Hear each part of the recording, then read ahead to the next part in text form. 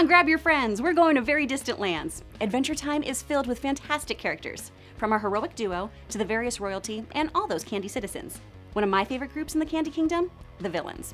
Let's see who tries to make the fun end. I'm Chris Carr. Here are our top 10 villains on Adventure Time.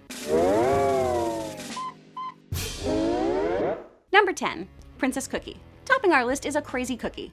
Princess Cookie, aka Baby Snaps, holds a group of people hostage in an attempt to steal the crown from Princess Bubblegum. See, Princess Bubblegum had visited the orphanage he lived in, and when a wee baby Snap said that he wanted to be a princess too, Princess Bubblegum laughed and patted him on the head, which Baby S saw as a really patronizing and cruel move. Eventually, he believes he'll never become a princess, and throws himself off a cliff to avoid going to prison. That's right, he tries to kill himself.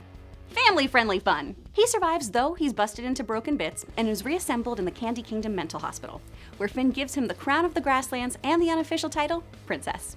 Gotta love a villain redemption story. Number 9, Meow. How can you not love a kitty assassin?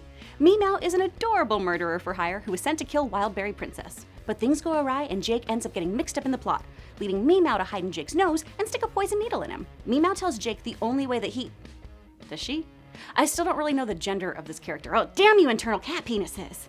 He calls her sister at one point. Okay, it doesn't matter. Meow tells Jake the only way to get the antidote is if Jake kills Wildberry. And if Jake tells Finn or anyone about this, Meow will kill them. This is some Saw-level manipulation. Ultra villain status. Plus, Meow is the creation of an Adventure Time fan. You gotta love that. You go, Gunnar Gilmore. Number 8, King of Ooh. It's almost like they predicted the Trump presidency with this one.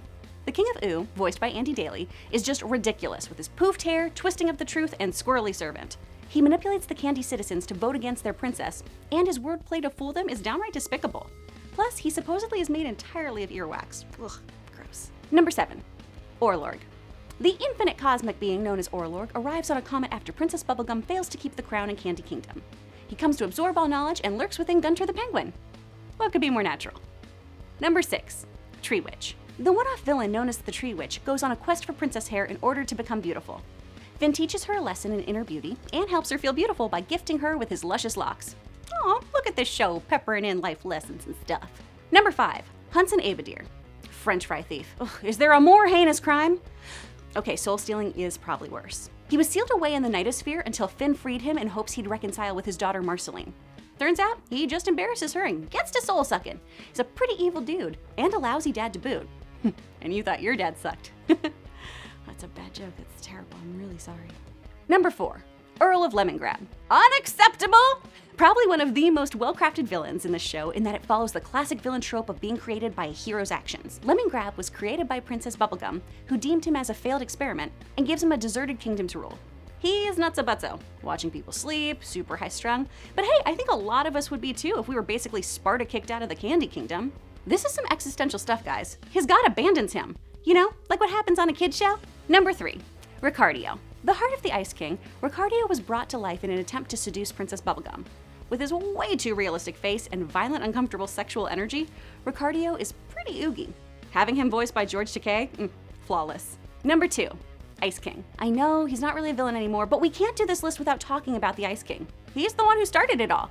We see classic villain story building, a tragic past with a lost love, a crown that manages to change him from a man to a frosty foe, and ultimately, his redemption.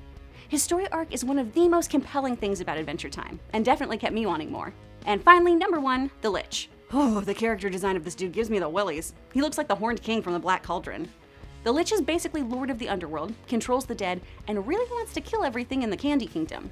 Ron Perlman's voice work in the role? Whew, chilling. I put him in our number 1 spot because he is such a pure villain, and completely uncharacteristic for Adventure Time. Everyone else has some whimsy and charm to them, while the Lich is just straight up nightmare fuel. Our heroes have definitely met more foes along the way, so let me know which villains I missed in the comments below. While you're there, be sure to like and subscribe. Thanks for watching. I'm Chris Carr. See ya, Space Cowboy.